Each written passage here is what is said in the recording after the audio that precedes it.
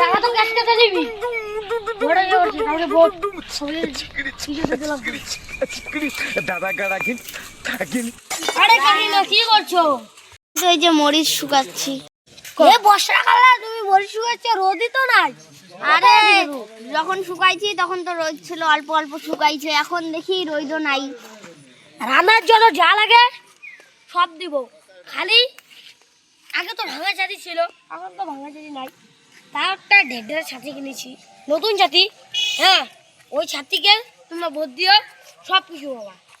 আমি শুনছি নাকি আবার ওই যে গোলাপ ফুলের ভোটাররাও নাকি দিবে অনেক কিছু।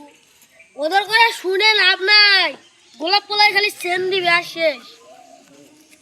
লঙ্কার অন্য কিছু আমি আর একটা দাদিকে দিই খায়ও না, সেই ঝাল এগুলোর। এগুলো তো কিছুই না, আমার আঙুল সেই ঝাল।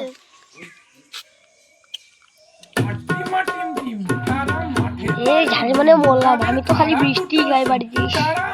কি হলো দাদা, ঝাল লাগলো নাকি? বললাম লঙ্কাগুলো সেই ঝাল। এগুলো কিছুই নাই, ভাই হাতের খাই। কতগুলো মরিচ খাই মদনকে বল, হ্যাঁ মদন? হ্যাঁ, এগুলো কিছুই না। আমি বসো। কালকে এসে টাকা দিয়ে দেবো আর বসতে দিও। ঠিক আছে। আজকে টাকা বলবো।